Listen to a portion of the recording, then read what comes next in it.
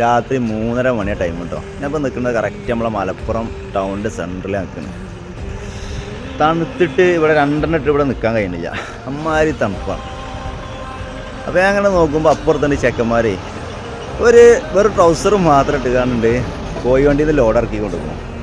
ഞാൻ സമ്മതിച്ചു പോലെ, കാരണം ഇമ്മാതിരി തണുപ്പത്ത് വേറെ ഒന്നുമല്ല, ഈ ഒരു ട്രൗസർ മാത്രം ഇട്ട് കാണുന്ന പോലെ പണിയെടുക്കണമെന്നുണ്ടെങ്കിൽ ഓലെ സമ്മതിക്കണം. ഓലെന്നല്ല, ഇവിടെ കണ്ടമാൻ, ഇവിടെ പോട്ടർമാർ ഓലെ അവിടെ വെജിറ്റബിൾസ് ലോഡ് ഇറക്കുന്നുണ്ട്, ഫ്രൂട്ട്സ് ലോഡ് ഇറക്കുന്നുണ്ട്. സത്യം പറഞ്ഞാൽ ശരിക്കും ഓൽക്കുണ്ടാവില്ല നമ്മളെ പോലെ പെരിയിൽ പോയി കണ്ട് മൂരി പറിച്ചുകൊണ്ട് കടന്നിറങ്ങുന്നുള്ളൊരു പൂതി.